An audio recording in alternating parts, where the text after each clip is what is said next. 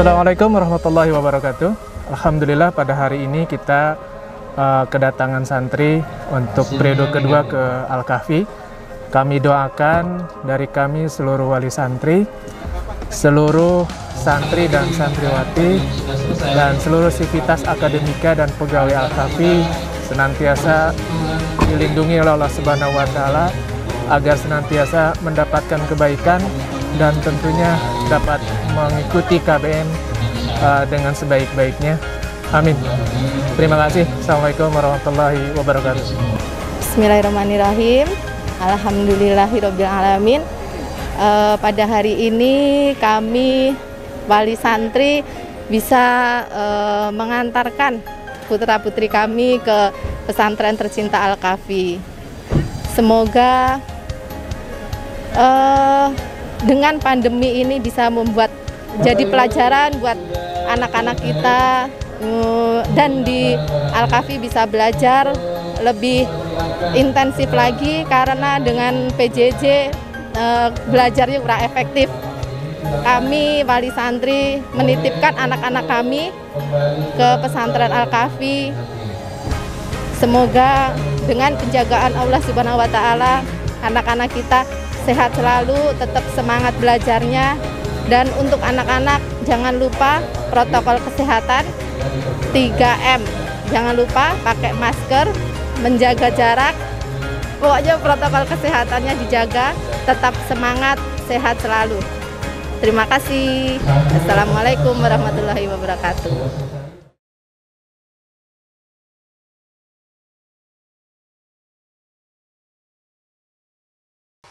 Ya, walaupun kita lakukan secara virtual, ya, dan inilah salah satu barangkali berkah dan nikmat yang Allah buka di saat Allah Subhanahu wa Ta'ala sementara menutup pintu silaturahmi secara offline, secara langsung, tapi Allah Subhanahu wa Ta'ala bukakan ya pengetahuan kita, ya, sehingga dengan kondisi seperti ini semua orang dituntut untuk melek teknologi, ya, termasuk alhamdulillah sekali lagi silaturahmi secara virtual ini mudah-mudahan tidak mengurangi rasa khidmat dan juga keseriusan silaturahmi sebagaimana yang ketika kita lakukan secara offline.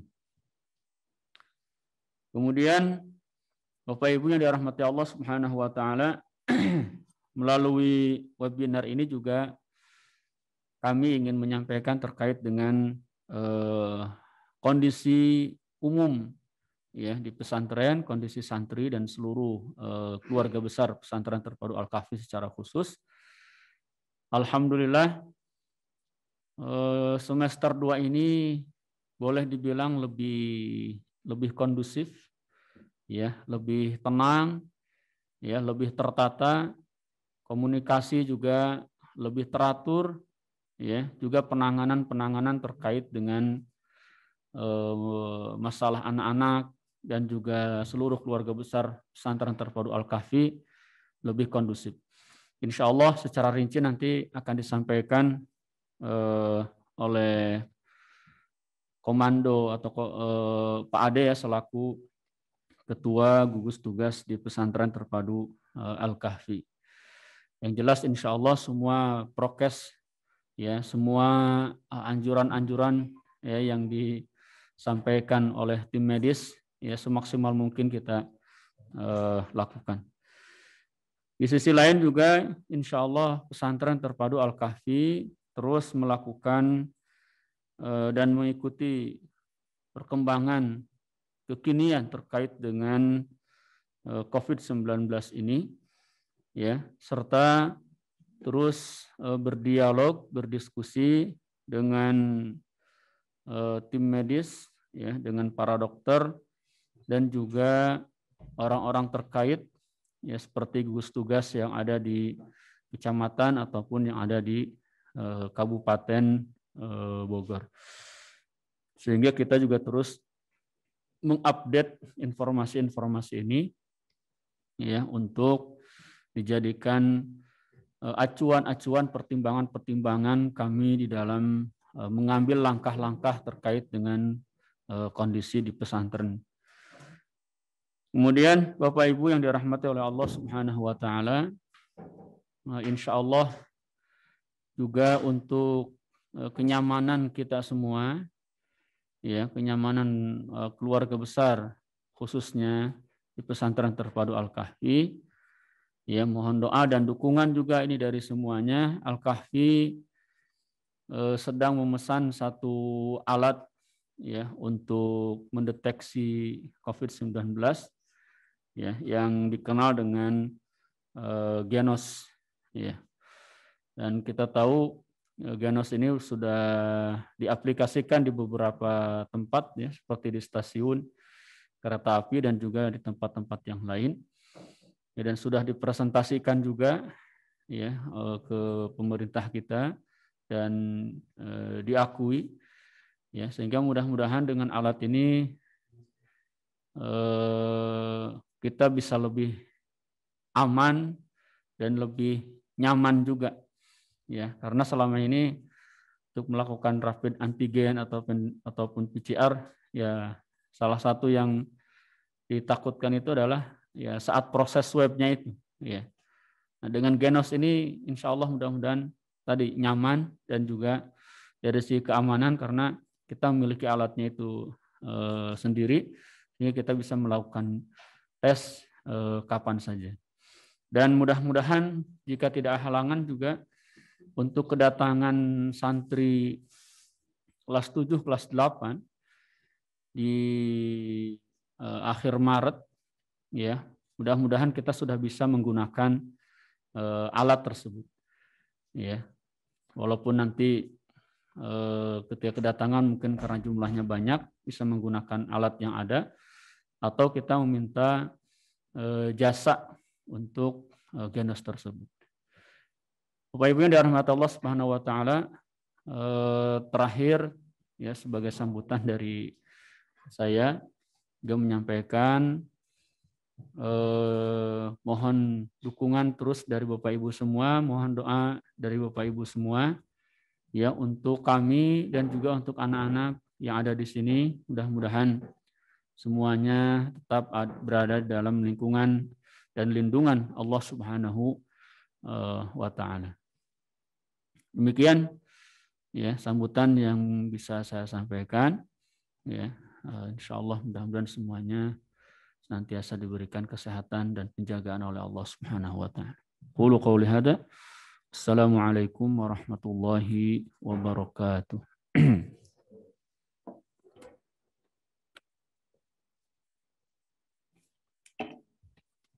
Disampaikan terima kasih kepada pimpinan Pesantren Terpadu Al-Kahfi Kiai Haji Yana Lukmanul Hakim LCMA yang telah memberikan sambutan di awal. Kemudian kita menginjak acara selanjutnya, yaitu sambutan yang akan disampaikan oleh Ustadz Adi Nur Samsudin, MSI. Beliau sebagai Ketua Gugus Covid Pesantren Terpadu Al-Kahfi. Kepada beliau kami persilahkan.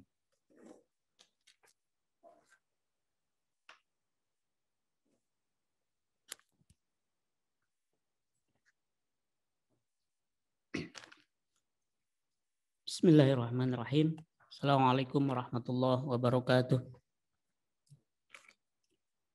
Alhamdulillah ala kulli ni'amillah, asyhadu an la ilaha illallah wahdahu la syarikalah, asyhadu anna Muhammadan abduhu wa rasuluhu alladzi la nabiyya wa rasula ba'da.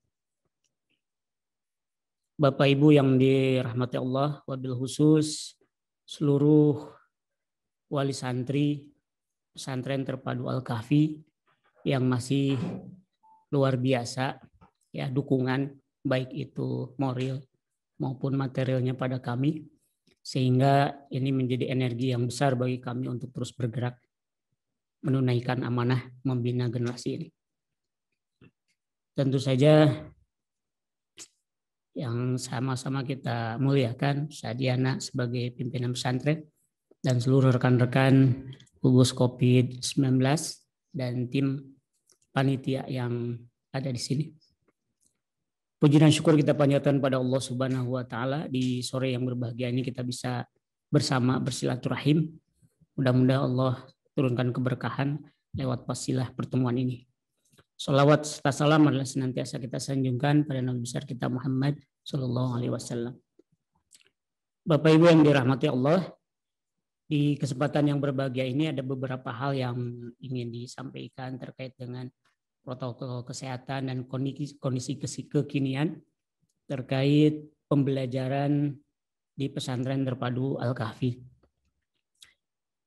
Tentu saja Bapak Ibu, alhamdulillah kita sudah mendapatkan dukungan, perizinan dan ya bantuan dari dinas terkait, baik dinas kesehatan setempat maupun dinas pendidikan kebudayaan maupun dari Kemenag juga alhamdulillah sangat mendukung terhadap prosesi pembelajaran di Al-Kahfi dengan PTM ini. Sehingga sekali lagi ini menjadi dorongan moral pada kita untuk terus bergerak. Kemudian yang kedua, alhamdulillah seluruh keluarga besar pesantren terpadu Al-Kahfi di semester 2 ini lebih siap kita menghadapi berbagai macam kondisi. Kalau di semester 1 tentu saja kita hati-hati, cuman belum pengalaman kalau terjadi hal-hal yang tidak diinginkan. Alhamdulillah di semester 2 ini kita sudah menyiapkan seluruh keluarga besar kita, ya, seluruh pegawai dari mulai tenaga kebersihan sampai tenaga guru kita sudah siapkan untuk sama-sama waspada, sama-sama bisa mematuhi aturan protokol kesehatan yang sudah kita gulirkan bersama.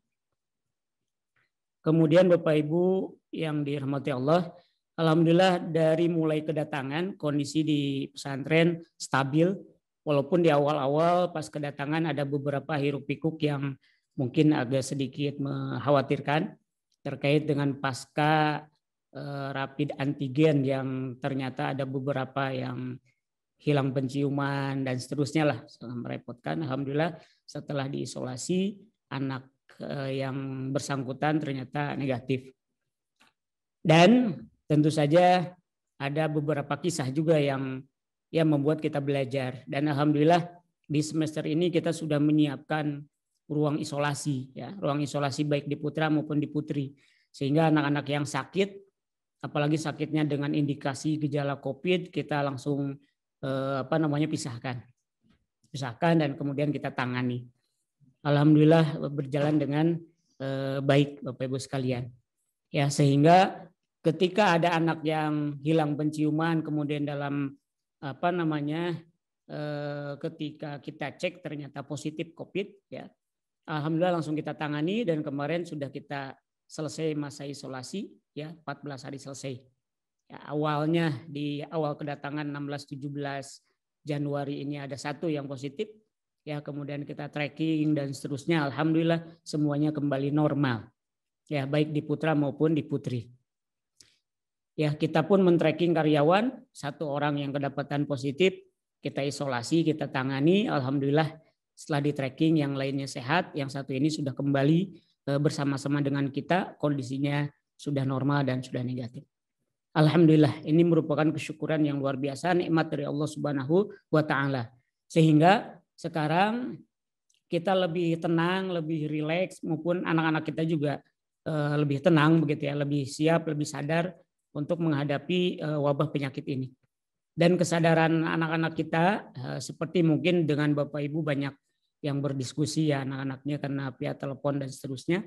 Sekarang sudah sangat sadar di masjid memakai masker, walaupun dari sisi jarak mungkin agak ada beberapa pemahaman, ada hasil diskusi bahwa jarak tidak terlalu renggang begitu, ya, tapi tidak bersentuhan, masih tetap tidak bersentuhan. Cuman utamanya kita sudah memastikan bahwa anak-anak kita sehat. Kalau anak-anak yang sakit tentu saja langsung kita akan pisahkan. Ya, batuk, pilek dan seterusnya atas rekomendasi dari tim medis langsung kita pisahkan. Kita pisahkan, kita obati walaupun belum merujuk itu COVID-19. Ibaratnya di Al-Kahfi sekarang sudah ada ruang rawat inap begitu.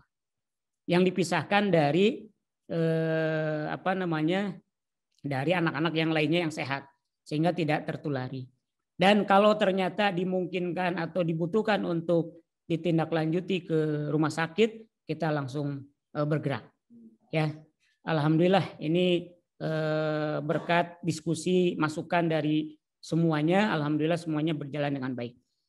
Kemudian Bapak Ibu yang dirahmati Allah, kondisi anak-anak kita ketika KBM tadi sampaikan oleh Ustadz juga alhamdulillah sekarang sudah sangat normal, mereka alhamdulillah baik, ceria, semangat, ya, sangat membahagiakan bagi kita semua, sehingga kita lagi menunggu ini nanti adik kelasnya yaitu kelas 7, kelas 8 kembali ke Al-Kahfi begitu.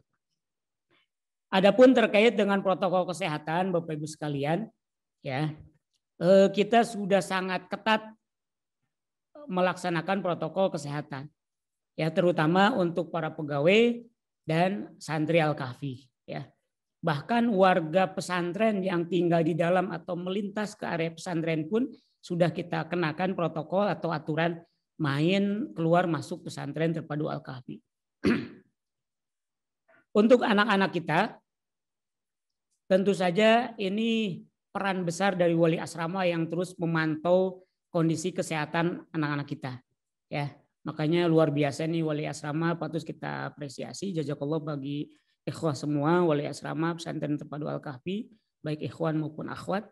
Karena 3 kali dalam sehari beliau ini memastikan anak-anak makan minum, ya, minumnya yang banyak, kemudian ngecek kondisi kesehatannya pakai termogan begitu ya.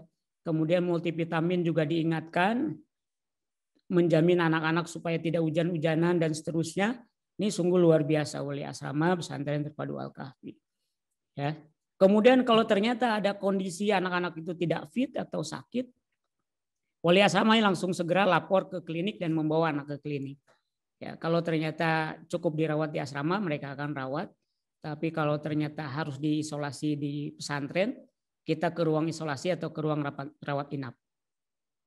Kalau ternyata harus dirujuk ke medis, ke rumah sakit, dalam hal ini Rumah Sakit Umi Bogor, kita langsung ke Rumah Sakit Umi Bogor.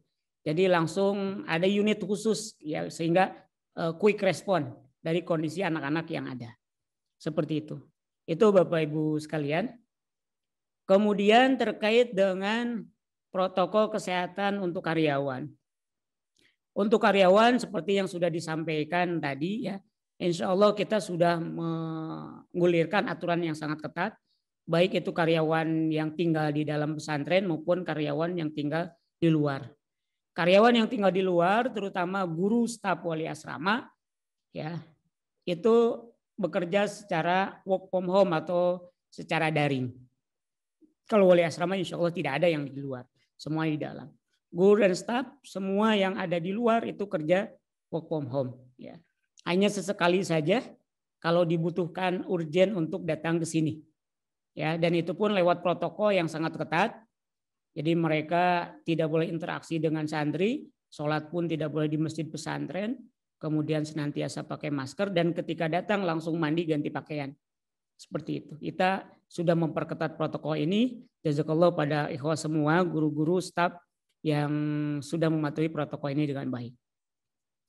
Kemudian untuk tenaga supporting system, ini banyak pertanyaan dan perdebatan dari Bapak Ibu. Dan kita juga sudah diskusikan dengan para medis, ya, dengan gugus COVID yang ada di kecamatan juga sudah kita diskusikan. Dan kita agak sedikit anomali untuk tenaga-tenaga tersebut karena pertama tenaga tersebut sudah kita kumpulkan, sudah kita briefing, mereka tidak ada interaksi dengan santri. Ya, tidak ada interaksi dengan santri. Wilayah-wilayah asrama semua dikerjakan oleh santri dan wali asrama.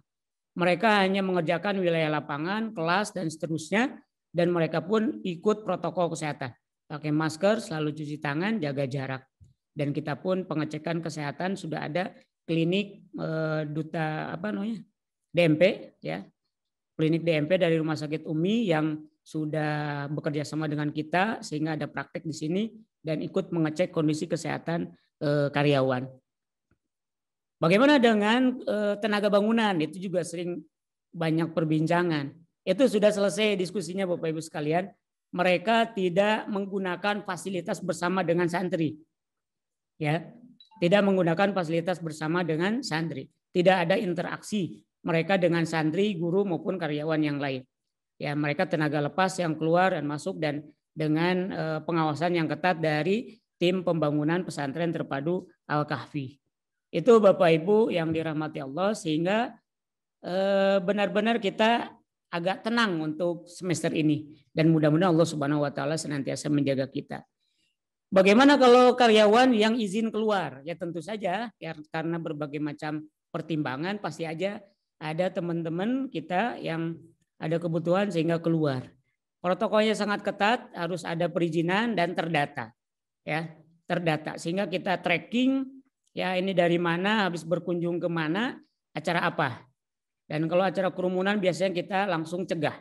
Kalau mendesak tidak bisa dicegah, datang ke sini harus isolasi dan ikut tes swab PCR dulu. Ya, kalau nanti insya Allah mudah-mudahan mohon doanya Genos 19 ini bisa segera ada di Al-Kahfi yang katanya tingkat keakuratannya mencapai 97%. Ya, seperti itu. Jadi teman-teman kita tentu saja karena kita juga harus bersosialisasi dan kita pun ada kadang-kadang ada kegiatan yang darurat harus keluar pesantren itu lewat protokol yang ketat.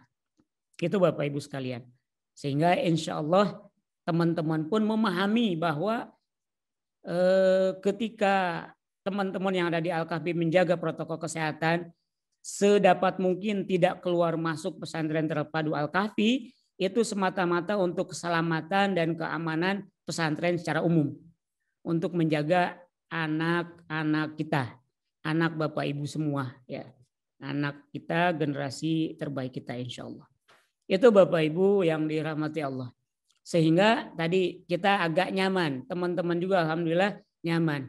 Walaupun ketika kemarin ada yang positif, 1 di tracking, dia di 7 bahkan, ya mungkin agak sedikit heboh kalau di awal kita sudah sosialisasikan bahwa ada yang positif.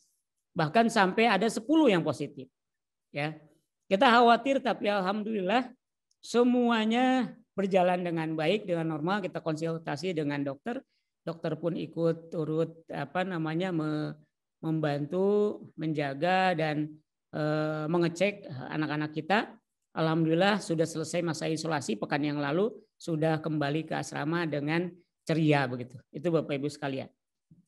Nah, ketika anak-anak yang positif atau anak-anak yang harus diisolasi, Bapak Ibu sekalian, protokol kesehatan untuk isolasi kita sudah menyiapkan asrama khusus, ya, asrama khusus, ya, baik di ikhwan maupun di akhwat.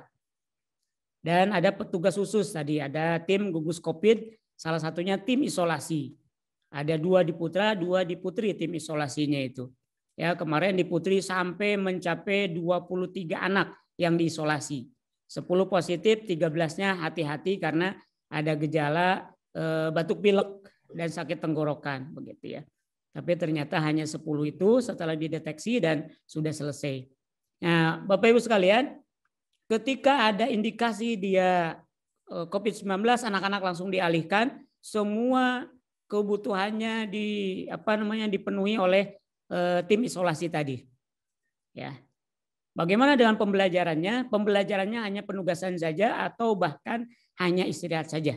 Untuk sementara untuk pemulihan kesehatan saja dulu begitu ya. Seperti itu. Jadi kalau ada Bapak Ibu kemarin juga bertanya, Ustaz bagaimana dengan kondisi belajar mereka? Yang paling utama adalah untuk keselamatan kesehatan dulu. Alhamdulillah dari 10 kemarin yang positif itu ketika diisolasi mereka ceria luar biasa. Saya dengan Sadiana berkunjung ke sana, kondisinya luar biasa, bahkan foto-foto dan seterusnya gitu ya. Dan mereka sangat ceria karena salah satu protokol kesehatan di sana mereka mendapatkan menu double begitu ya untuk makanannya.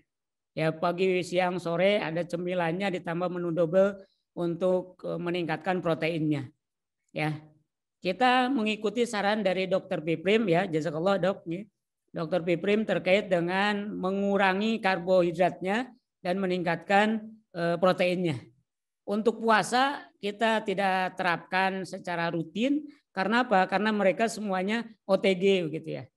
OTG hanya yang pertama saja ketika di tracking itu hilang penciuman. Yang lainnya hanya OTG karena hasil tracking dari yang pertama itu. Seperti itu. Sehingga anak-anak hanya sedikitkan karbonya kemudian proteinnya dibanyakin begitu. kemudian tidak boleh mereka keluar wilayah asrama itu, begitu ya. Makanya dijagain oleh 2 petugas isolasi. Alhamdulillah semuanya berjalan dengan baik.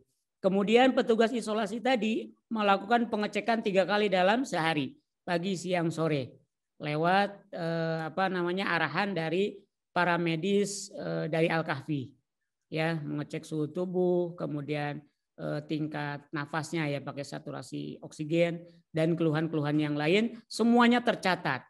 Jadi Bapak Ibu, kalau ada yang mau ngecek bagaimana kondisi kesehatan atau riwayat kesehatan dari awal diisolasi sampai selesai, catatannya ada di tim isolasi, begitu ya. Alhamdulillah hari ke-14 sudah selesai kemarin dan mereka sudah ke sana. Dari tim medis itu 2 kali dalam sehari, pagi dan sore. Ya, perawat kita pagi dan sore mengecek, kemudian dilaporkan ke dokter. Dan dokter sesuai dengan jadwalnya itu hari Senin dan hari Jumat keliling mengecek anak-anak yang diisolasi. Alhamdulillah sekarang yang diisolasi di Ahwat 0, tidak ada. Di Ikhwan ada yang baru masuk 1, itu pun karena batuk pilek saja. Seperti itu, sehingga hanya dipisahkan. Ya, seperti itu. Itu Bapak Ibu sekalian, dan alhamdulillah anak-anak pun sekarang sudah terbiasa. Kalau di awal mereka khawatir karena isolasi itu dipisahkan dari komunitas asramanya, ya, tapi ketika dapat informasi dari anak-anak yang pasca isolasi, mereka jadi senang begitu ya. Di isolasi malah ya jadi istirahat, kemudian makanannya dan seterusnya begitu ya. Dan alhamdulillah rata-rata cuma sehari 2 hari sudah reda, sudah sembuh ya.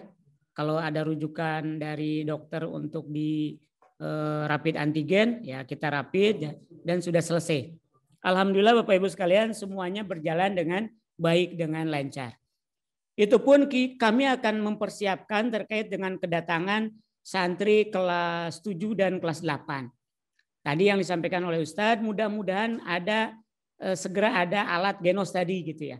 Kalau sekarang karyawan yang keluar dan terdata beberapa kali keluar, kita masih pakai rapid antigen.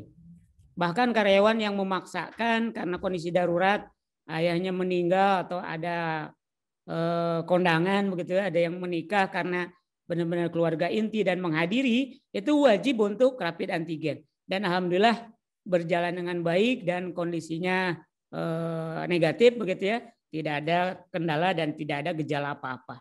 Semuanya berjalan dengan baik. Alhamdulillah Bapak Ibu sekalian.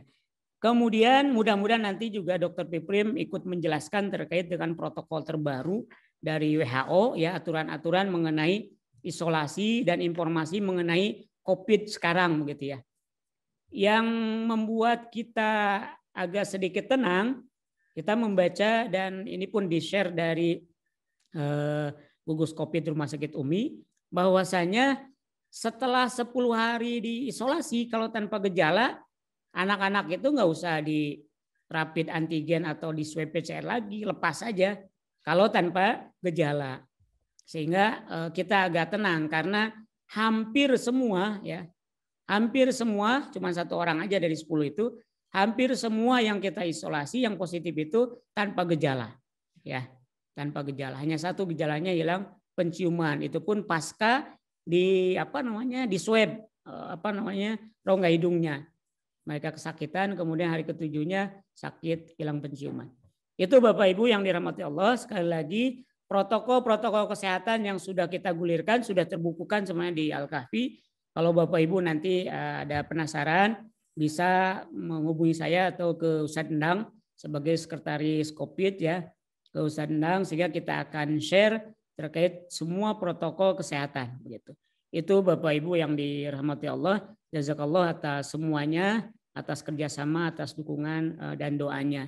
Kemarin ada yang kontak ke saya terkait dengan Ustadz, boleh nggak kami membantu untuk ikut berdonasi karena anak saya laporan bahwasanya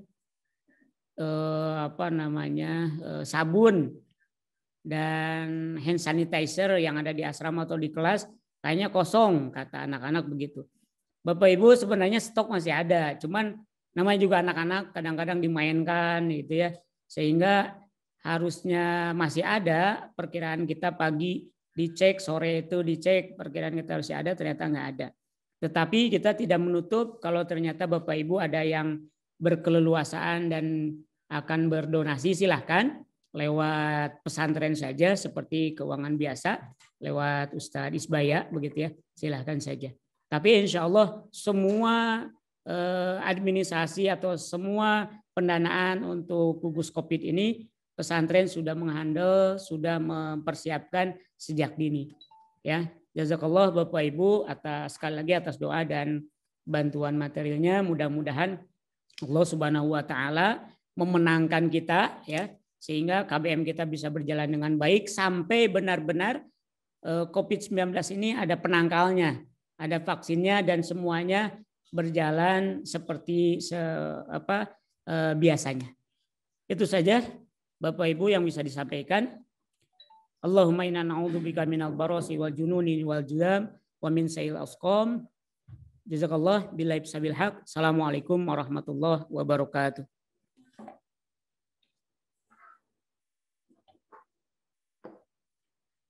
Kami sampaikan terima kasih kepada beliau yang telah menyampaikan sambutannya selaku Ketua Gugus COVID Pesantren Terpadu Al-Kahfi. Untuk selanjutnya yaitu seminar kesehatan yang akan disampaikan oleh Dr. Piprim.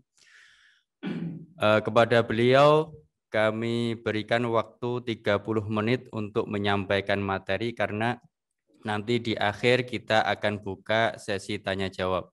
Kepada beliau kami persilahkan.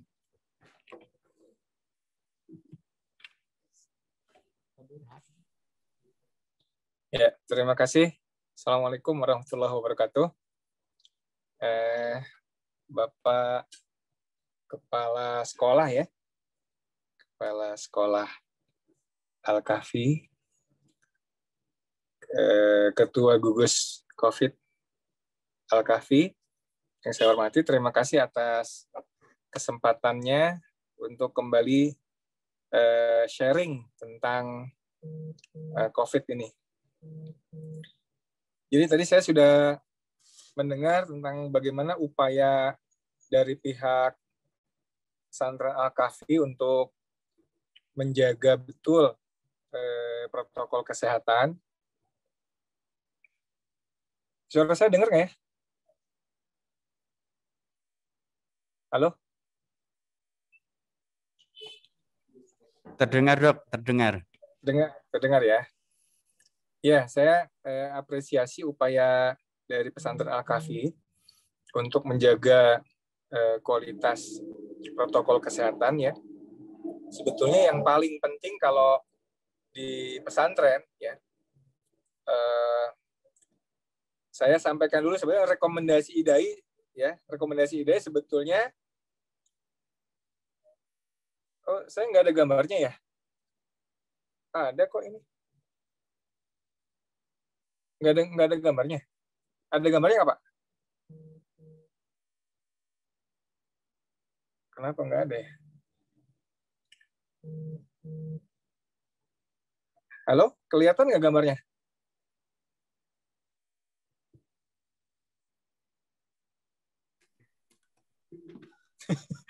Ada yang kelihatan, ada yang nggak.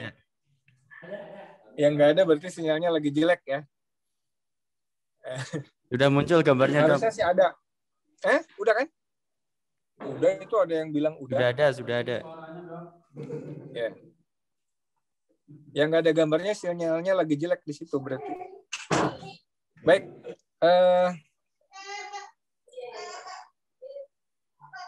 Apa namanya? Sebetulnya kalau dari Ikatan Dokter Anak Indonesia, pada prinsipnya sih tetap upaya pembukaan sekolah itu disesuaikan dengan kondisi setempat. Ya, di daerah yang merah sebenarnya tidak dianjurkan, tetapi daerah yang hijau, apalagi sudah ada rekomendasi dari pimpinan kepala daerah setempat, ya, itu monggo silakan dengan protokol yang cukup ketat. Ya. Nah, yang paling penting bagi pesantren adalah 3T itu sebetulnya, ya kan?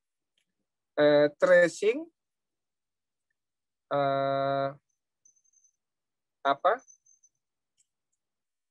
treatment ya. 3T apa sih kalau jadi lupa. Pokoknya testing, testing, tracing, treatment. Jadi dites ya dengan swab tadi, kemudian ditrace siapa aja yang kontaknya, ya. Kemudian treat itu termasuk isolasi mandiri dan lain-lain, ya. Nah, kita sudah belajar dari pengalaman kemarin bahwa anak-anak pesantren ini agak susah diatur sebetulnya, ya. Termasuk anak saya di situ itu, ya namanya dia ikut-ikut protokol, tapi ya pada kenyataannya nggak pakai masker lah, berkerumun lah, apa segala macam ya. Saya nggak tahu sekarang gimana kondisinya.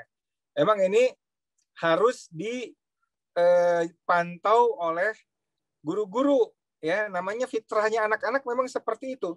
Tetapi kalau saja testing, tracing dan treatmentnya berlangsung bagus, maka insya Allah ini akan meminimalisir perkembangan atau penyebaran COVID yang tidak terkendali di lingkungan pesantren ya atau sekolah berasrama.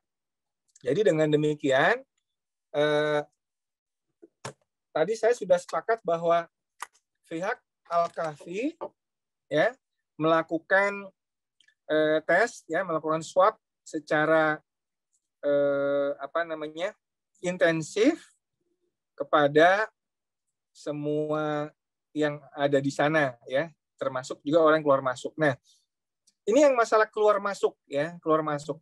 Jadi kalau ada sebuah pesantren yang masih ada orang-orang yang keluar masuk, entah itu guru, entah itu petugas apapun, ini sangat sulit untuk dikendalikan. Karena keluar masuk kita nggak bisa pakai husnuzon ya, nggak bisa pakai husnuzon. Si itu mah nggak apa-apa, nggak bisa ya. Yang keluar masuk ini adalah salah satu celah.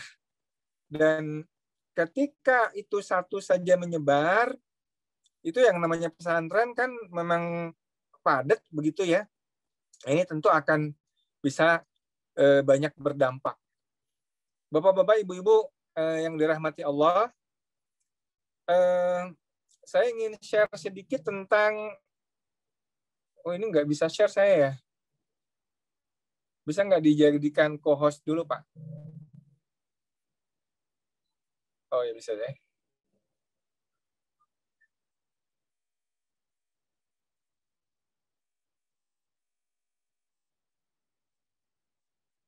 Kelihatan ya? Kelihatan nggak? Kelihatan Dok. Oh iya ya. Nah, salah satu strategi yang juga sedang digencarkan di seluruh dunia adalah upaya untuk vaksinasi semasif mungkin, ya, semasif mungkin. Jadi saya ingin mengulangi, sebetulnya imunisasi itu apa sih?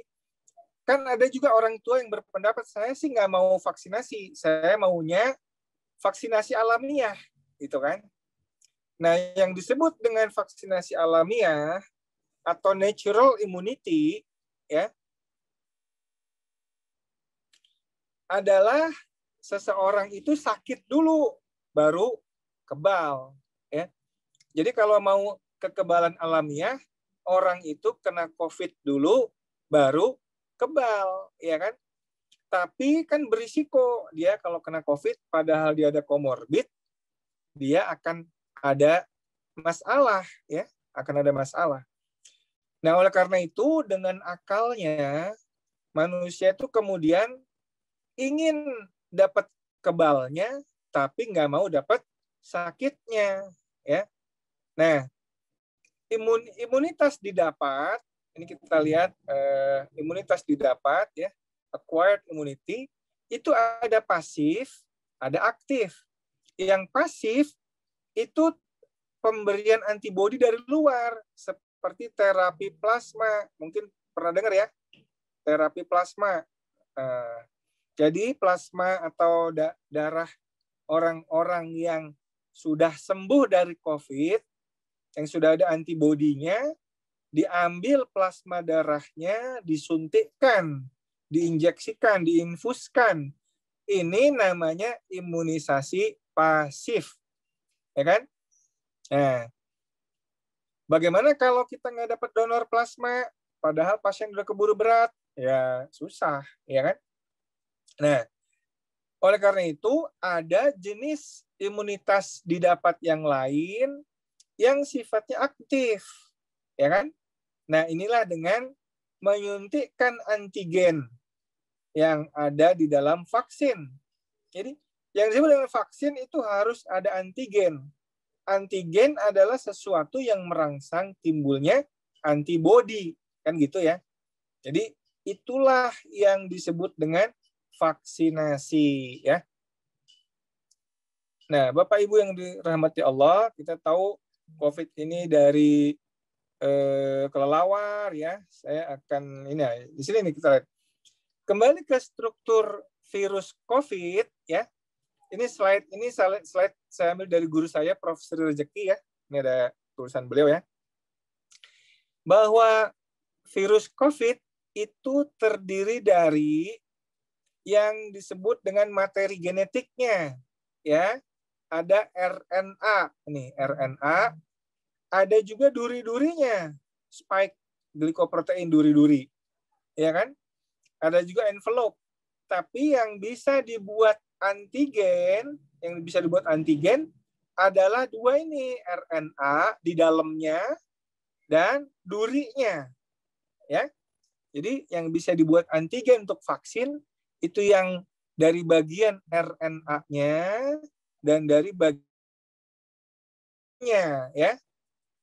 Nah, kita ini sudah pernah dibahas bagaimana dia masuk lewat reseptor S2, ya, menempel si duri-durinya ini, kemudian RNA-nya masuk, ya kan? Nah, itu yang bikin masalah karena dia membajak sel-sel tubuh kita, dan kita bisa bayangkan satu sel alveoli tipe 2 ketika dia sudah dibajak oleh virus, dalam waktu beberapa jam saja, satu sel itu bisa menghasilkan 1 juta anak virus. Bayangkan, 1 juta anak virus satu sel. Kalau banyak sel berapa juta? Berapa miliar anak virus yang dihasilkan beberapa jam setelah dia membajak tubuh kita. Makanya inilah sebetulnya pentingnya puasa pada orang-orang bergejala awal. Ya, kalau orang sudah dinyatakan positif COVID, ada demam, ada batuk, ya, saat yang tepat untuk tidur, dan tidur.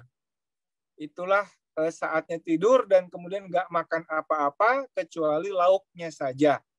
Kenapa? Karena kita ingin menghindari replikasi virus yang luar biasa di fase-fase awal.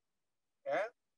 Nah, bagaimana kalau anak-anak OTG? Ya, kalau anak OTG imunitasnya sudah bagus, nggak puasa juga nggak apa-apa.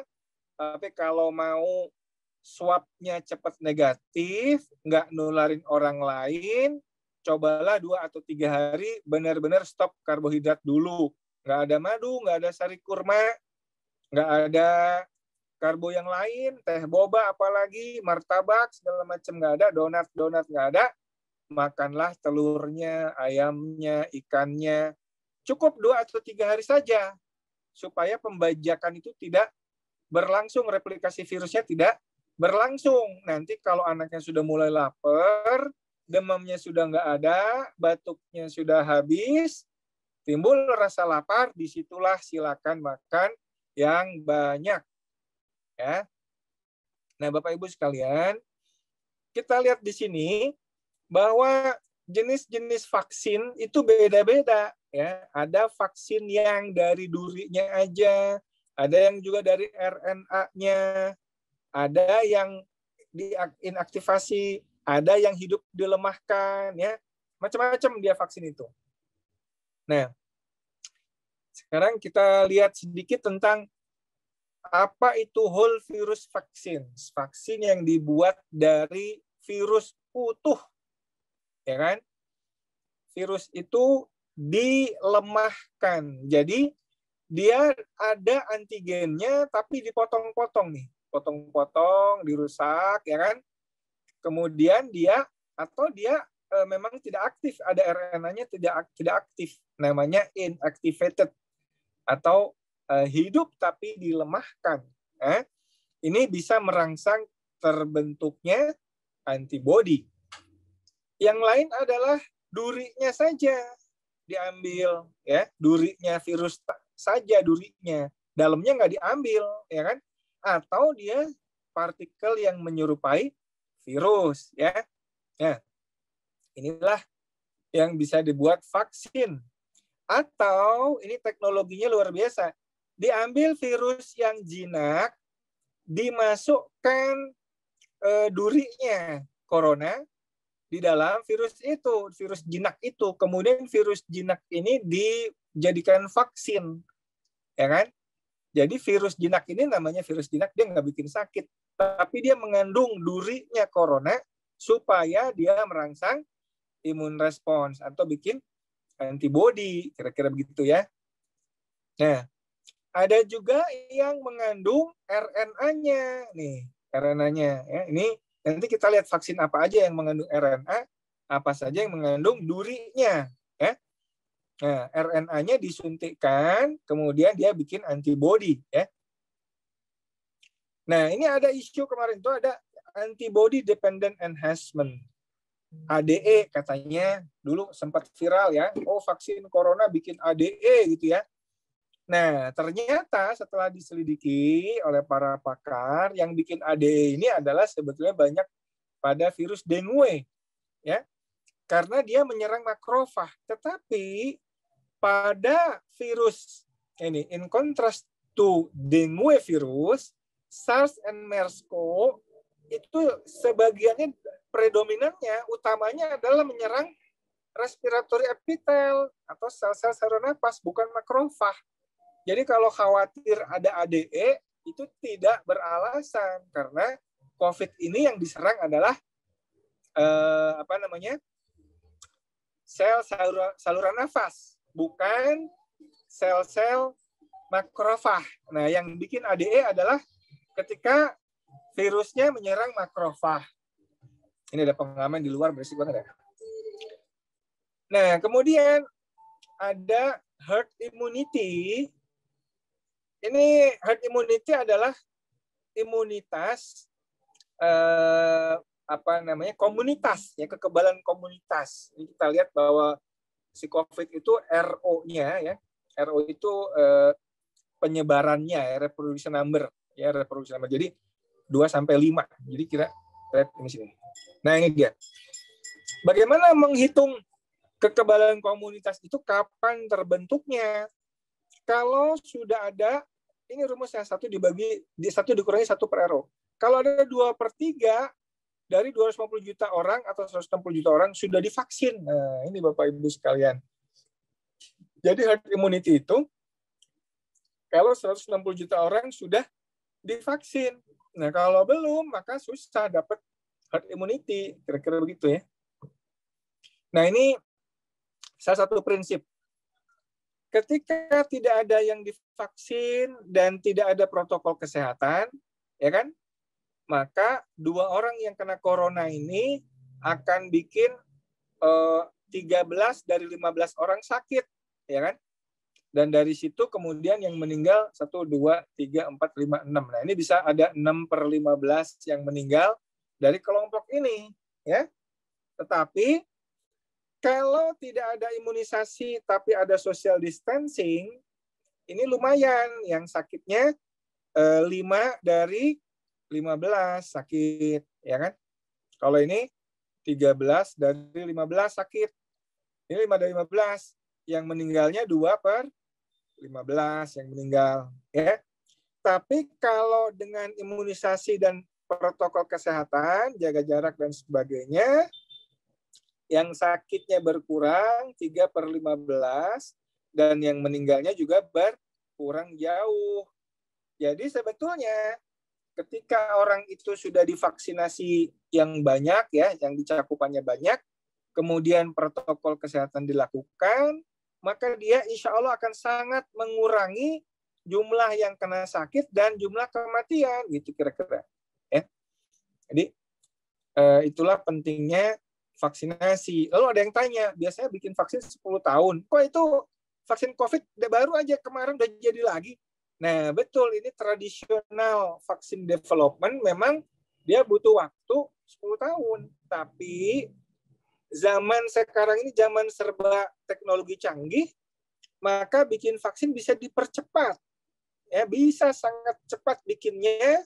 Bahkan ini yang tadinya praklinika 1, 2, 3 ini paralel, serial, ini bisa paralel. Ini langsung ini paralel nih, ya, paralel. Nah, termasuk vaksin COVID ini adalah vaksin yang accelerated vaccine development, ya. Nah, ini sekarang ini paling penting. Vaksin COVID itu ada banyak macamnya. Nah, yang digunakan di Indonesia, termasuk saya sudah disuntik kemarin, adalah ini nih Sinovac, ya. Dia inactivated virus, dia cuma dari spike-nya aja, dari durinya aja. Dosisnya 2 kali selang 14 hari, umur 18-59, sekarang sudah boleh untuk usia lanjut ya. Nah, di Turki efektivitas 91%, di Brazil 78%, di Indonesia 65% ya. Yang lain-lain kita lihat, ada yang viral vektor ini virus jinak yang disuntik durinya COVID tadi. Ini Sinovac sama ini sama ya. Nah, ini viral vektor virus jinak yang disuntik durinya ini. Ada juga yang RNA. Nah, ada yang ngomong saya maunya yang Pfizer gitu ya, yang dipakai di Amerika. Ya boleh aja, tapi dia RNA vaksin dari RNA ya. Kemudian kalau dia ini butuh -20, -70 gitu. Di mana kita susah kulkas yang bisa mempertahankan -20 karena RNA itu harus segitu suhunya ya. Jadi lebih ribet ya kalau pakai ini, dan itu lebih mahal harganya ya. Nah, jadi Bapak Ibu sekalian, sebetulnya kita kalau mau belajar dari pengalaman ya, pandemi, apapun pandemi sebetulnya memang ujung-ujungnya adalah dengan vaksinasi dia bisa cepat teratasinya ya, di samping tentu protokol kesehatan ya. Tapi sekarang ini kan baru dokter sama nakes ya yang dapat vaksin. Guru-guru kan belum, mudah-mudahan guru-guru tahap berikutnya ya. Nah, ini sekira mudah-mudahan ini ketika vaksin itu dikenalkan, diintroduce ya, tadinya kasusnya banyak ya, begitu vaksin dikenalkan langsung kasusnya menurun begini ya. Ini biasanya seperti itu, mau difteri ya kan, mau polio ya, mau penyakit-penyakit lain, vaksinnya ketemu ya, baru dia menurun drastis gitu ya. Dan kita harapkan di Al-Kahfi ini nggak pakai ditolak-tolak gitu vaksinnya ya, karena kalau nolak-nolak nanti susah juga. Ini yang program imunisasi ini kan harus 2/3 dari penduduk ya. Jadi harus dapat secepatnya mencakup minimal 70% untuk mencapai herd immunity ya. Menggambarkan dasar berbagai pengembangan vaksin dan keuntungan dan kerugiannya.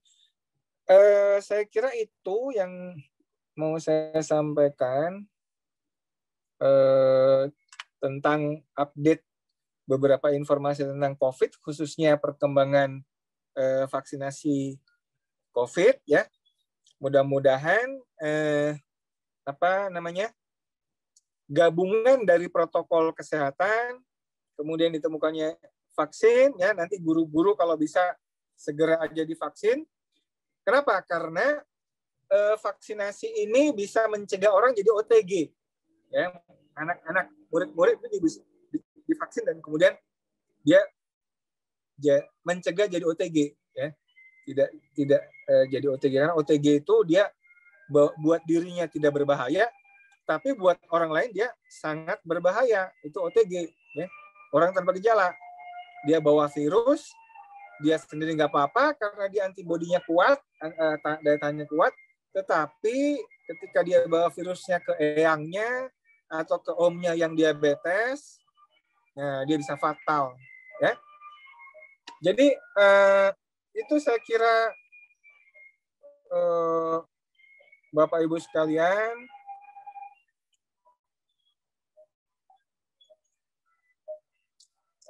yang saya sampaikan, monggo kalau ada diskusi dipersilakan. Terima kasih. Assalamualaikum warahmatullahi wabarakatuh. Waalaikumsalam warahmatullahi wabarakatuh. Sampaikan kepada Dr. Bibrim atas materi yang telah disampaikan. Ini ada beberapa pertanyaan, Dok, dari wali santri. Yang pertama pertanyaannya berkaitan dengan kondisi alergi dingin dan udara dingin di waktu malam dan subuh. Bagaimana penanganannya? Seperti itu. Yang kedua, Jawab aja satu-satu. oh ya silakan Satu-satu aja ya? jawab dulu ya. Ya, kalau alergi dingin ya jangan di tempat dingin. Susah juga ya. Alergi ini kan memang masalahnya dia susah kalau pencetusnya kita nggak bisa hindari. Ya paling mungkin bisa dibantu dengan beberapa obat untuk mengurangi risiko terjadinya alergi. Ya, tetapi memang beberapa pengalaman untuk alergi ini makin berat ketika nanti dicampur-campur ya, ada alergi dingin, ada alergi makanan, udah gitu kamarnya juga banyak debu, nah, kayak gitu ya. Ini yang juga jadi kompleks masalahnya. Jadi mungkin yang untuk meringankan juga adalah suasananya debu itu nggak boleh ada ya. Kemudian dijaga pakai baju hangat ya. Jendela-jendela ditutup kalau sudah malam ya. Memang agak susah sih. Mungkin mandi juga harus air hangat ya. Kalau alergi dingin memang susah. Dia obatnya ya jangan kena dingin gitu. Dan itu susah. Al-Kafi. Paling dikasih obat ya, obat antihistamin untuk membantu kalau dia sedang terkena serangan alergi. Ya, itu aja Pak. Ya, terima kasih. Mungkin bisa dilanjut di ini Dok, pertanyaannya di Q&A itu, di kolom Q&A. Oh ya. Ya. Oke. Yang berkaitan dengan kesehatan, silahkan Dok. Ya, sebentar ya. Ini dari Pak Andi Reynolds ya. Anak saya Andi Malika bilang dia pernah bergejala saat dalam isolasi, batuk dan pilek. Hanya tidak disampaikan ke petugas medis. Mungkin bisa jadi catatan karena anak-anak takut untuk jujur dengan kondisinya. Ya, ya batuk pilek ini yang memang awal-awal gejala COVID ya Pak. Jadi saya sarankan anak-anak itu jangan terlalu motah ya. Motah tahu kan ya. Jangan terlalu heboh gitu kalau di isolasi itu, banyakin tidur di awal-awal itu ya. Banyakin istirahat tidur, karena tidur yang cukup sangat meningkatkan kualitas imunitas tubuh ya. Jangan malah disuruh olahraga atau apa ya, pada saat kena itu jangan olahraga ya. Nanti kalau udah sehat baru dia olahraga lagi ya.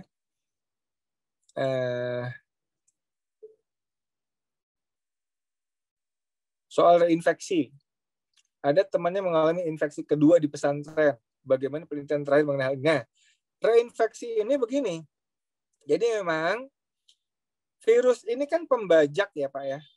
Dia membajak tubuh kita. Namanya pembajak itu hanya hidup dengan nutrisi dari hostnya, dari inangnya. Ya. Dan beberapa penelitian itu membuktikan bahwa nutrisi yang dibutuhkan untuk replikasi virus ini hanya glukosa. Dia nggak pakai protein. Jadi virus itu ada dua macam. Ada yang berkembang biaknya pakai glukosa, ada yang berbiaknya pakai glutamin. Glutamin itu protein. Ya. Beberapa virus pakai glutamin, seperti misalnya virus cacar air. Tapi virus-virus yang lain, seperti virus demam berdarah, virus COVID, ini hanya pakai gula. Nah, yang jadi gula itu bukan hanya gula manis, ya. Nasi, mie, roti, donat, kayak gitu-gitu itu jadi gula. Nah, ketika anak itu walaupun dia gejalanya ringan, tapi selalu konsumsi makanan yang disukai COVID sebelum virusnya betul-betul hilang dari tubuhnya, maka virusnya nggak hilang-hilang. ya, nggak hilang-hilang. Ada yang swabnya sampai 5 kali swab juga nggak negatif-negatif, ya. Apalagi pada orang-orang obesitas atau ya pada anak obesitas atau anak dengan sindrom metabolik, ya. Nah, pada orang diabetes itu susah sekali virusnya jadi negatif selama dia tetap mengkonsumsi gula di awal-awal. Ya. Jadi kalau ditanya berapa lama stop karbohidrat, itu sebenarnya nggak usah lama-lama. 3 hari full stop karbohidrat, di hari keempat itu sudah hilang virusnya insya Allah. Ya. Nah, masalahnya kan tadi Al-Kafi juga hanya ngurangin aja, ngurangin itu nggak cukup, benar-benar stop 3 hari stop. Ya, 3 hari itu stop karbohidrat sama sekali. Hanya telur aja, telur, ikan, ayam itunya aja. Ya, insya Allah dicepet negatifnya. Kalau enggak ya ada infeksi, ada segala macam. Ya. Ini yang tadi alergi ya. Kalau alergi ini agak susah, pakai obat aja dulu sementara ya. Guru yang tidak tinggal di lingkungan pondok dites antigen berapa kali sebulan? Ini kondisional saya kira ya. Tapi prinsipnya kalau dia keluar masuk ya mesti sering dites ya. Mesti sering dites. Dok, Selain nanti kalau maaf, ya? Dok. Kalau berkaitan dengan pesantren nanti dari ketua gugus Covid yang akan menjawab. Ya, oke. Ya. Monggo. Selain loknya jadi buah-buahan apa yang paling aman? Ya buahnya jangan yang banyak manis-manis ya. Saya kira nggak usah buah-buah dulu deh, 3 hari ini stop buah kan nggak apa-apa juga. Nanti kalau udah negatif swabnya atau sudah nafsu makannya pulih di hari keempat, boleh makan bebas lah. Ya. Jadi awal-awal tuh. Karena yang sudah pernah positif apakah juga dapat divaksin? Prioritasnya sebetulnya pada anak yang belum pernah kena. Karena anak yang sudah pernah positif dia sudah ada antibodi. Jadi sebetulnya nggak prioritas kalau sudah pernah kena ya. Jika batuk pilek apa bisa dipastikan reaktif? Ya belum tentu ya, tapi batuk-batuk, demam itu salah satu gejala COVID kalau zaman sekarang sih ya.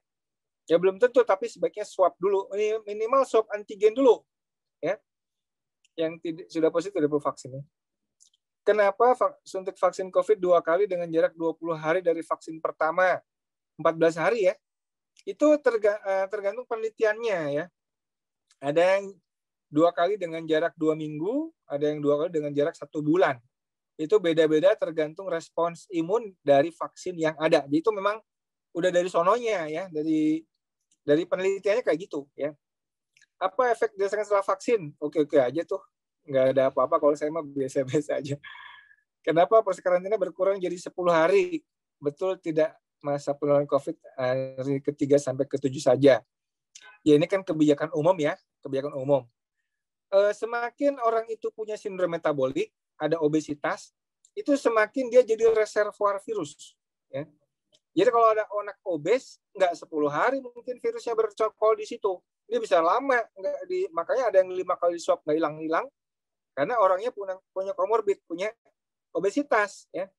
Ini ada jurnal-jurnalnya, ya, nggak hanya COVID.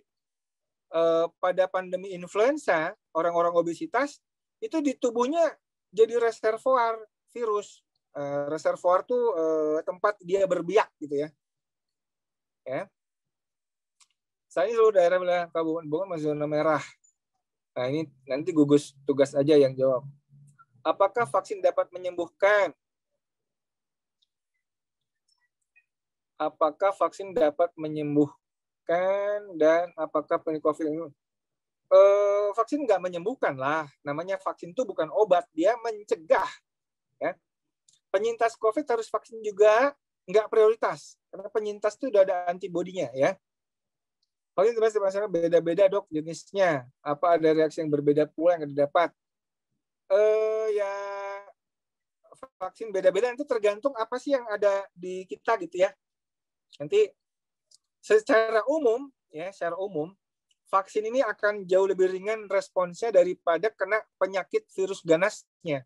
Kira-kira gitu gampang. Ya kan? Kalau kaidahnya memilih mudarat yang lebih kecil, ya lebih memilih mudarat kena vaksin daripada kena virus ganasnya.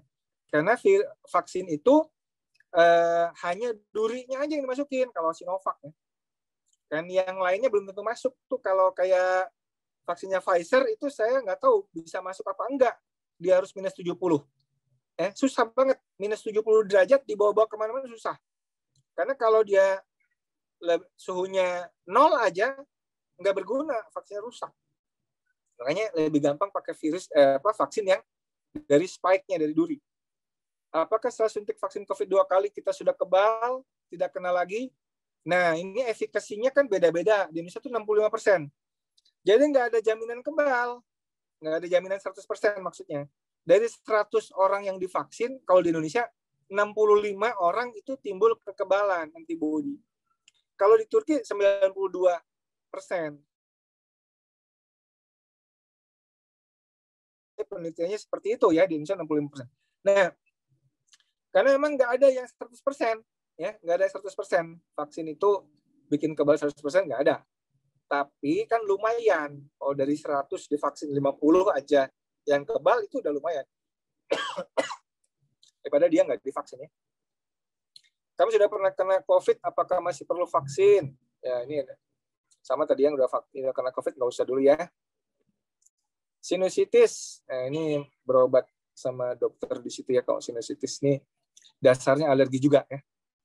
Mesti diobatin dulu. Ketika semua guru akan divaksin, apakah santri akan diwajibkan juga vaksin? Ini bagaimana cara pihak pesantren memastikan semua santri? Nah, ini nanti dijawab gugus tugas COVID.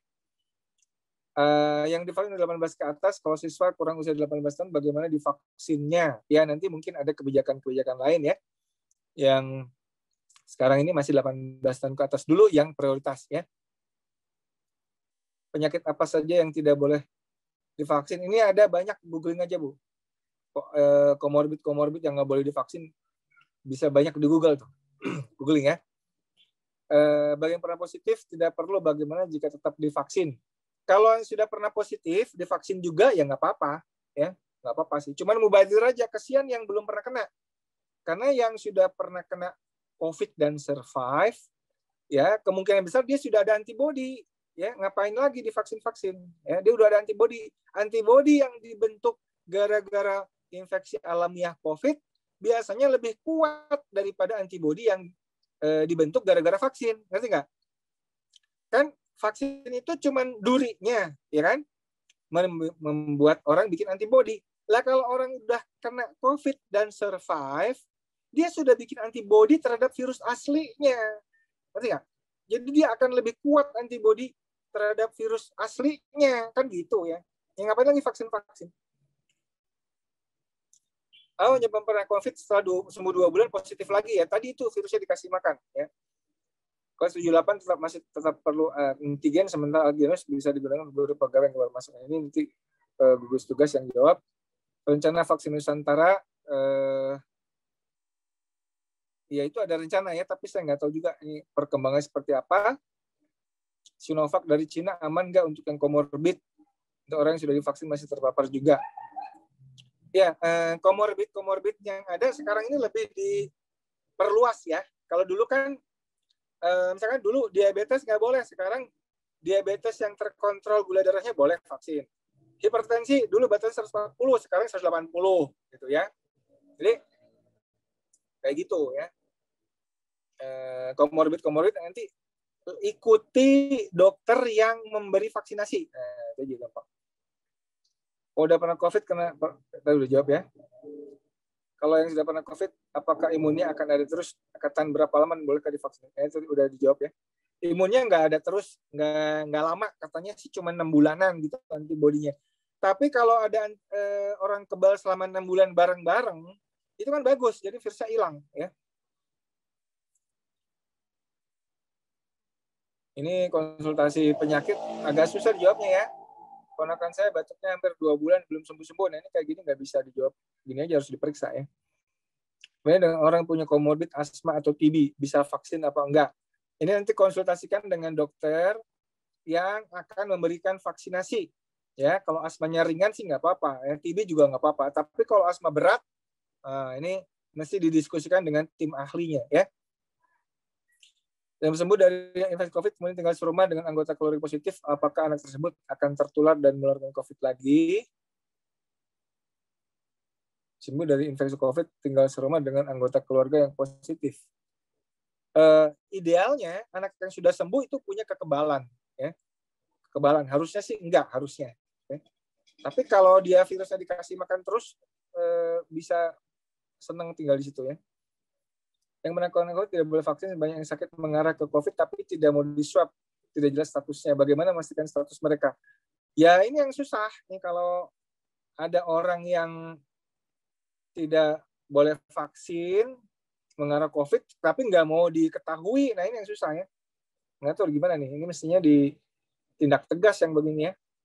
Tracing ini harusnya nih. Atau dia diperlakukan sebagai udah kena, jadi mesti diisolasi 2 minggu.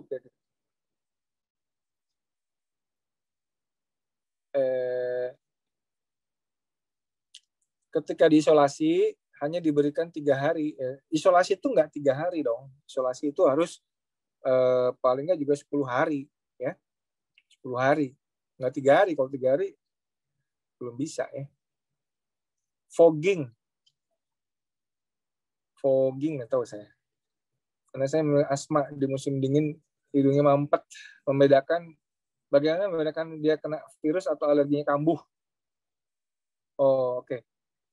Jadi kalau alergi biasanya memang nggak pakai demam. Ya. Kalau COVID itu sebagian besarnya demam. Ya, makanya kan suka dicek suhu kan. Kalau screening COVID itu kan suhu dulu kan. Nah kenapa? Karena memang sebagian besar COVID itu demam gitu. Ya, kalau alergi doang, dia ya nggak pakai demam. Ya, mampet gitu biasa mampet gitu ya alergi doang biasanya. Tapi kalau ada demam, nah itu dia. Stop karbohidrat 3 hari di awal masa isolasi atau 3 hari sebelum swab pulang. Ingat sudah berapa kali swab masih positif. Ya, cobain aja 3 hari. Begitu bisa ada kesempatan dikerjakan aja, nanti baru swab, ya. Sholat, apakah yang tidak bersentuhan karena sudah bermasker? Sholat, ya. Sholat. Ya, sholat itu ada jarak, jaga jarak, ya. Jadi social distancing itu juga sangat penting, ya. Selain pakai masker, jadi nggak usah pakai salam-salaman dulu, ya. Nggak usah pakai sentuh-sentuhan dulu, ya. Jaga jarak, ya. Pakai masker, jaga jarak. Apakah isolasi dilakukan rapid antigen lagi karena bisa mengkhawatirkan anak yang lain, masa anak yang sekarang masuk anak yang habis isolasi? Kalau aturan pemerintah kan 10 hari nggak ada gejala, ya udah dianggap sembuh, ya. Sementara kita bisa pakai aturan itulah. 60 kemarin pakai vaksin, apakah maksudnya benar-benar kebal atau misalnya jadi bisa positif tapi tidak parah dan membahayakan? Ya vaksin itu bisa benar-benar kebal, bisa juga kalaupun kena nggak berat, ya. Itu gunanya vaksin. Betulkah asma tidak boleh divaksin? Tergantung asmanya. Kalau asmanya berat banget, memang mesti didiskusikan dengan timnya. Jadi silakan diskusikan dengan tim yang akan memberi vaksin COVID. Ini kan belum kejadian, nanti kalau udah ada program vaksinasi pada murid-murid, nah baru diskusikan dengan timnya, ya. Sekarang kan belum kejadian kan, belum ada rencana vaksin pada murid-murid. 3 hari konsumsi yang telur ayam tanpa karbo tidak berbahaya untuk asupan tubuh. Karbo berfungsi sebagai sumber energi. Energi kita itu ada 2 macam, ada dari karbo dan ada dari lemak tubuh kita, ya. Kan 3 hari awal itu kita tidur, ya. Tidur dan tidur, kan gitu, ya. Tidur dan tidur. Jadi ini jangankan kita stop makan karbo doang, kita puasa aja, ya kan? Kita puasa aja, manusia itu bisa puasa tanpa makanan dalam jangka waktu 380 hari. Itu rekornya, rekor dunia. 380 hari orang bisa puasa hanya minum aja, ya, minum air dan elektrolit aja, nggak pakai makan apa-apa. Masa nggak makan karbo 3 hari aja berbahaya? Nggak bakal, ya. Ini kita duluan sama virusnya, ya. Makan itu nanti kalau dia sudah virusnya udah teratasi, ya. Mutasi virus berpengaruh efektif vaksin yang sudah disuntikan ke orang. Ya, ini mutasi jadi isu juga, ya. Tapi setidak-tidaknya dengan kita sudah divaksin itu, walaupun virusnya bermutasi, ya, antibodi itu tetap akan ada dan insya Allah nggak seberat kalau orang yang belum divaksin, ya. pernah hilang kenciuman dan sakit tenggorokan tapi tidak swab, apakah perlu vaksin? Ya kalau nggak jelas kena apa udah apa belum, nanti kalau udah ada vaksinnya divaksin aja ya. Maaf dok, waktunya habis. Maaf. Oke, alhamdulillah kalau gitu saya cukupkan dulu pertanyaannya, nggak bisa habis juga sih. Makasih banyak Pak. Ya, assalamualaikum warahmatullahi wabarakatuh. Waalaikumsalam warahmatullahi wabarakatuh. Sampaikan terima kasih kepada Dr. Piprim atas waktunya, atas materinya, dan atas ilmunya. Jazakumullah ahsanal jaza. Kemudian selanjutnya kami persilahkan kepada Ustadz Ade untuk menjawab pertanyaan-pertanyaan berkaitan dengan kebijakan pesantren dan kegiatan santri. Kepada beliau dipersilahkan. Baik, jazakallah kepada Dr. Piprim yang sudah mengedukasi kita semua dan sudah memberikan dukungan baik moral maupun materialnya. Jazakallah dok. Untuk selanjutnya Bapak Ibu yang dirahmati Allah, mohon maaf saya tidak di depan sehingga tidak muncul gambarnya karena biar dekat dengan layar, biar terbaca pertanyaan-pertanyaan dari Bapak Ibu. Sebentar. Dari atas berarti ini ya. Baik, mungkin tadi yang pertama saya akan sedikit memberikan gambaran terkait karyawan yang keluar masuk. Tadi di awal sudah disampaikan bahwa keluar masuk karyawan itu terdata, tercatat sehingga kita tracking. Dan sebenarnya kalau aturan umumnya kita menerapkan karantina mandiri atau pesantren menutup keluar masuk warganya dan tidak menerima tamu yang masuk kecuali logistik untuk makanan, dan itu pun dengan protokol yang ketat. Ketika ada karyawan yang keluar itu izinnya sangat-sangat susah, langsung ke pimpinan pesantren, kemudian kita tracking dan kita wajibkan untuk ikut rapid antigen. Itu yang sudah berjalan Bapak Ibu semua, dan alhamdulillah ada beberapa yang tertracking, tercek, ada satu yang positif dan langsung di karantina dan sudah selesai. Kemudian coba mana?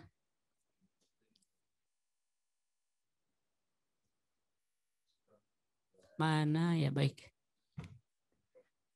Sebentar Bapak Ibu. Terkait kedatangan, nanti kedatangan santri tanggal 27-28 Maret ya insya Allah.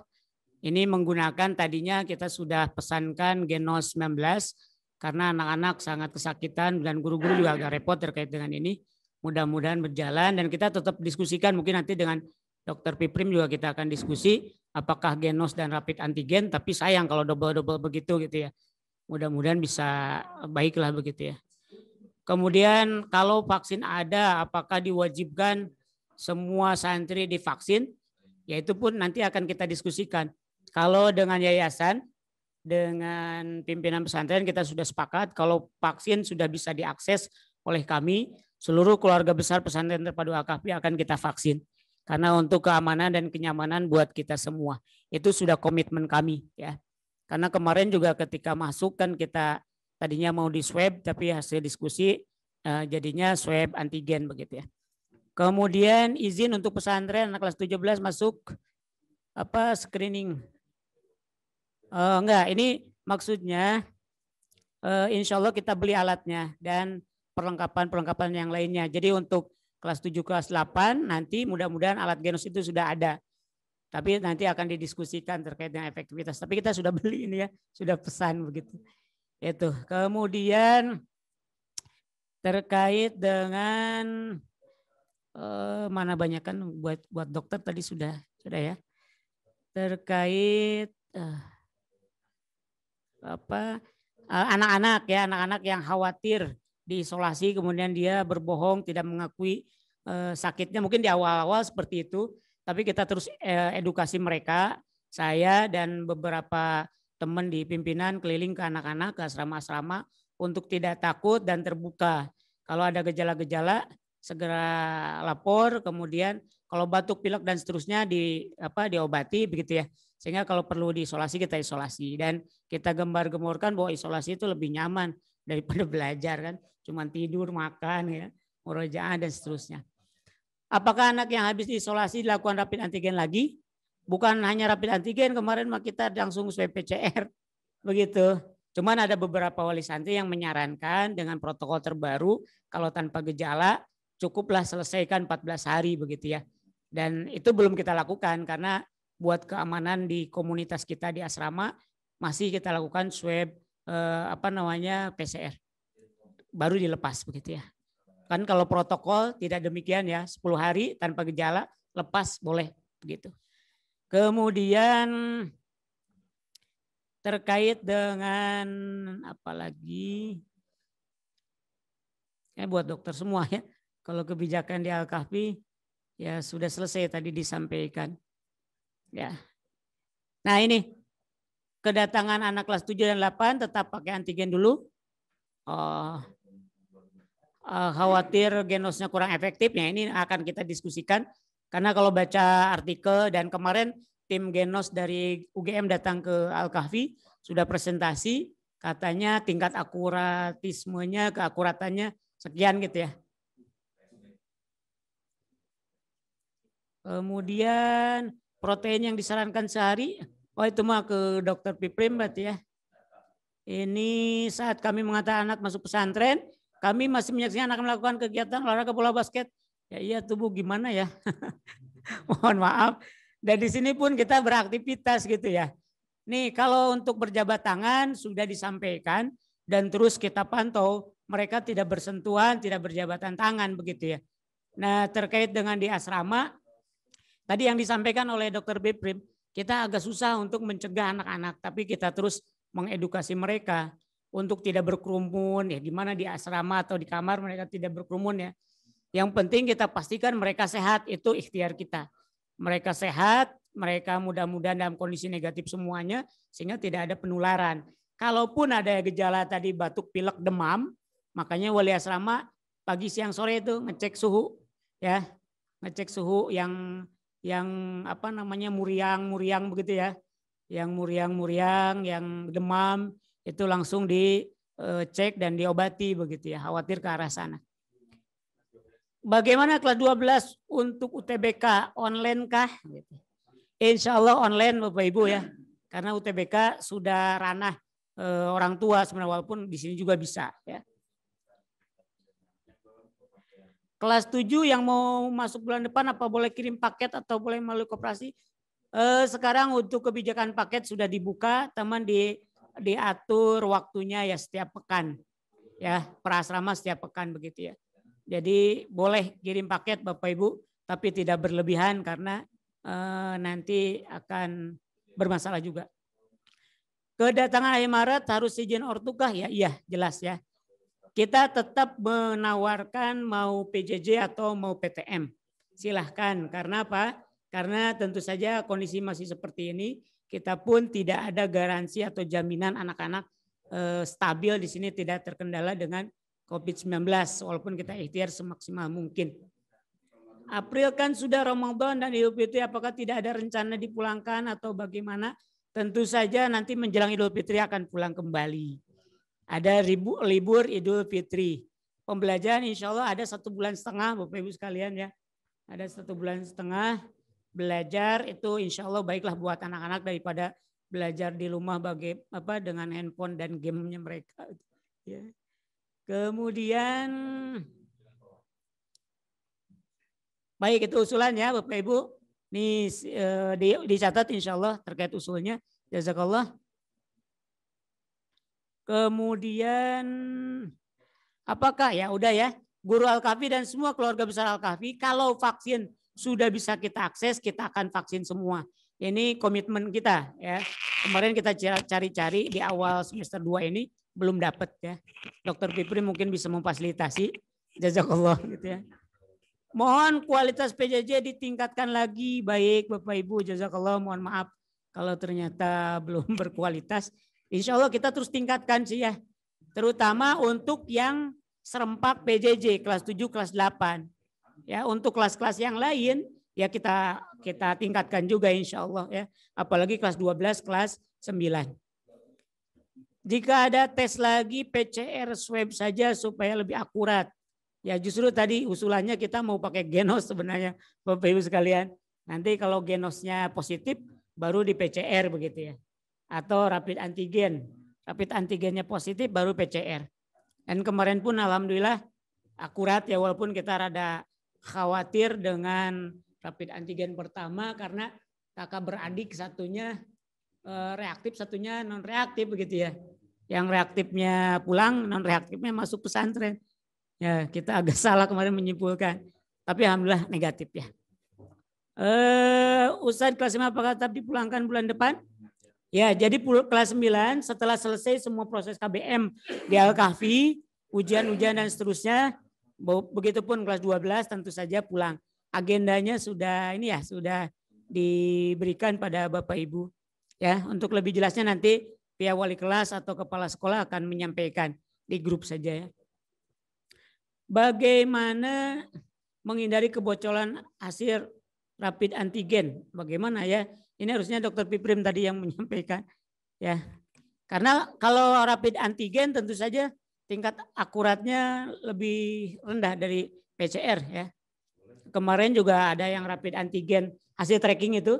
Hasil tracking pertama rapid antigen, kemudian kita penasaran karena kontaknya sangat erat, makanya kita langsung PCR. Ya, ternyata ada yang positif, rapid antigennya negatif, padahal tadi interaksi begitu ya. Seperti itu. Jadi dari 7 orang yang interaksi dengan 1 orang itu, ada 5 yang positif walaupun tanpa gejala ya, setelah kita rapid antigen dan disusul PCR karena kita khawatir begitu ya. Itu mungkin apalagi ya ini. Mungkin Dr. Piprim juga akan menjelaskan tentang menghindari kebocoran hasil rapid antigen, Dok. Silakan, Dok.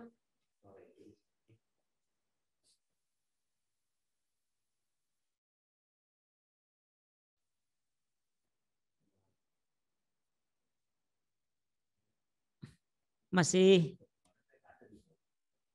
hadir, Dok? Baik. Ya, yang jelas itu yang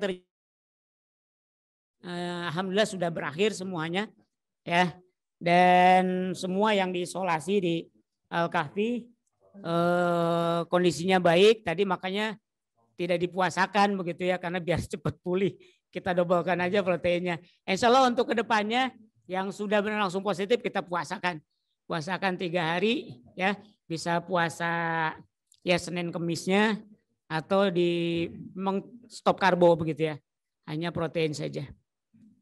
Itu kemudian terkait dengan guru akan mendapat, ya akan mendapat. Terkait dengan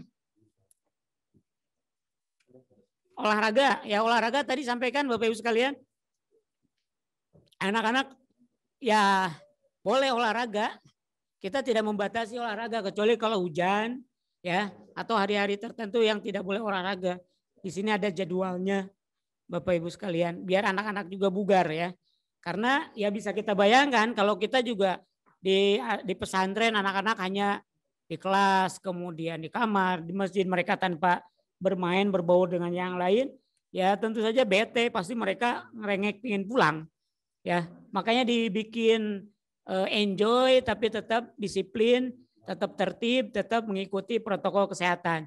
Dan yang paling penting adalah guru, staf, wali asrama yang benar-benar kita akan perketat keluar masuknya ya, mereka benar-benar di tracing. Ini Bapak Ibu yang ikut memantau acara ini ya, tolong benar-benar bisa mematuhi dengan baik. Dan jazakallah udah hampir 1 bulan ya, sudah 1 bulan kita berjalan pembelajaran ini, dan alhamdulillah berjalan dengan baik. Mudah-mudahan bisa selesai sampai akhir nanti tahun ajaran baru, dan mudah-mudahan dari vaksin kalau sudah ada, Dok, bisa kita akses dan seluruh guru, staf, wali asrama dan keluarga besar pesantren bisa divaksin bersama. Bapak Ibu kayaknya sudah selesai ya. Sudah selesai. Tadi ada apa namanya? Terkait dengan OB seterusnya. Ya iya, karena agak susah ya. Bapak Ibu sekalian, mohon maaf sekali. Kita benar-benar tidak lockdown secara total, pesantren dikunci ya Bapak Ibu sekalian, karena untuk tenaga-tenaga rumah tangga itu masih keluar masuk. Cuman tetap kita tracking, kita arahkan. dan mereka pantau dan kita pantau kesehatannya begitu ya. Dan sekali lagi kalau ternyata Bapak Ibu sangat khawatir terkait dengan kondisi COVID-19 ini dan ternyata mengambil langkah untuk tetap PJJ, ya silahkan ya. Mudah-mudahan semuanya bisa berjalan dengan baik. Kita tidak menganaktirikan anak-anak yang PJJ, tetap menjadi amanah kita optimalkan insya Allah Bapak Ibu sekalian ya. Ruang isolasi menggunakan asrama kelas 7 dan 8 ya. Itu memang benar Bapak Ibu sekalian ya. Kita tidak menutup-nutupi karena ruang isolasi memang ada, cuman kita khawatir terjadi ledakan positif. Karena udah diskusi sama para dokter, terutama dokter Piprim nih yang terang-terangan sekali menyatakan bahwa kalau mau buka semester 2 siap-siap saja. Banyak yang positif Ustaz dari guru maupun pegawai. Makanya kita siapkan asrama yang kosong begitu ya. Asrama yang kosong. Tapi tenang Bapak Ibu, untuk kelas 7 dan kelas 8 asramanya disterilkan dulu, semua barang-barang dan lemarinya itu sudah dikeluarkan ya sehingga barang-barang anak-anaknya tidak tersentuh oleh pasien begitu ya. Dan ketika mereka selesai isolasi itu langsung disterilisasi ya, didesinfektan, ada petugas khususnya. Insya Allah ya. Itu Bapak Ibu sekalian. Mohon maaf memakai asrama dan memang kita bukan sengaja meliburkan, bukan buat itu, bukan ya. Tapi biar lebih enak saja, makanya yang adik kelasnya yang paling bungsunya dulu yang kita liburkan untuk tadi menghindari kerumunan terlalu banyak di pesantren begitu ya. Walaupun masih ada PJJ dan PTM, cuman tempatnya atau asramanya kan mencar-mencar kalau tidak difikskan 1 level atau 2 level untuk tempat isolasi. Seperti itu. Dan ketika nanti semester 2 insya Allah ada asrama kelas 12 ya gitu ya. Itu pertimbangannya. Asrama kelas 12. Kita siapkan mereka semua untuk menjadi ruangan-ruangan isolasi. Memang benar kita sudah menyiapkan ruangan isolasi. Cuman kalau hanya satu bangunan yang kapasitasnya 20 orang khawatir saja tidak cukup. Makanya kita pakai asrama sebagian begitu. Itu Bapak Ibu sekalian dan kita pun sudah kerjasama dengan rumah sakit khususnya rumah sakit UMI dan klinik DMP sehingga kedaruratan tetap kita prioritas utama ya dengan mereka seperti itu. Itu Bapak Ibu sekalian, mohon doa ada 1 orang anak kita yang dirawat di rumah sakit UMI karena sakit tipes kalau tidak salah ya. Sakit tipes, kemarin disangkanya COVID tapi setelah diperiksa ternyata tipes ya di sana. Sudah hari keberapa ini dan mudah-mudahan sudah sembuh ya. Segera bisa bergabung lagi dengan Al-Kahfi begitu. Bapak Ibu perlu diketahui ketika anak-anak bergabung di Al-Kahfi di awal itu benar-benar 100% kita yang nanggung semuanya. Maksudnya kita yang ngurusin semuanya. Termasuk kalau yang sakit kita bawa ke rumah sakit sini. Tidak ada yang dibawa pulang oleh Bapak Ibu. Karena kalau dibawa pulang nanti akan menular ke yang lain, pinginnya dibawa pulang kalau sakit gitu ya. Kita obati, kita tangani. Kalau Bapak Ibu ingin ikut menangani dan ternyata dirujuk ke rumah sakit, tinggal ketemuan nanti di rumah sakit sehingga bisa kembali ke sini. Kecuali kalau sakit dan diputuskan mau PJJ, berarti bergabung dengan grup yang PJJ. Baik, itu saja Bapak Ibu, jazakallah atas semuanya. Nanti kalau ada hal-hal yang masih menjadi pertanyaan atau diskusi para kepala sekolah ya, saya atau kepala sekolah nanti bisa kita bahas dan kita jawab permasalahan-permasalahannya. Jazakallah billahi sabahak. Assalamualaikum warahmatullahi wabarakatuh. Waalaikumsalam warahmatullahi wabarakatuh. Disampaikan terima Samsudin atas jawabannya dari beberapa pertanyaan yang telah disampaikan oleh wali santri.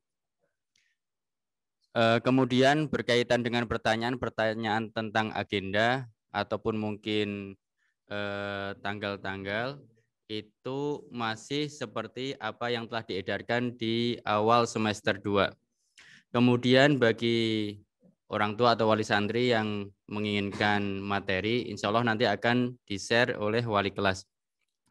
Kita sekarang di penghujung acara, marilah kita tutup acara webinar pada sore hari ini dengan membaca hamdalah dan doa kafaratul majlis. Alhamdulillahirabbil alamin, subhanakallahumma wa bihamdika asyhadu an la ilaha illa anta astaghfiruka wa atubu ilaik. Akhirul kalam, assalamualaikum warahmatullahi wabarakatuh.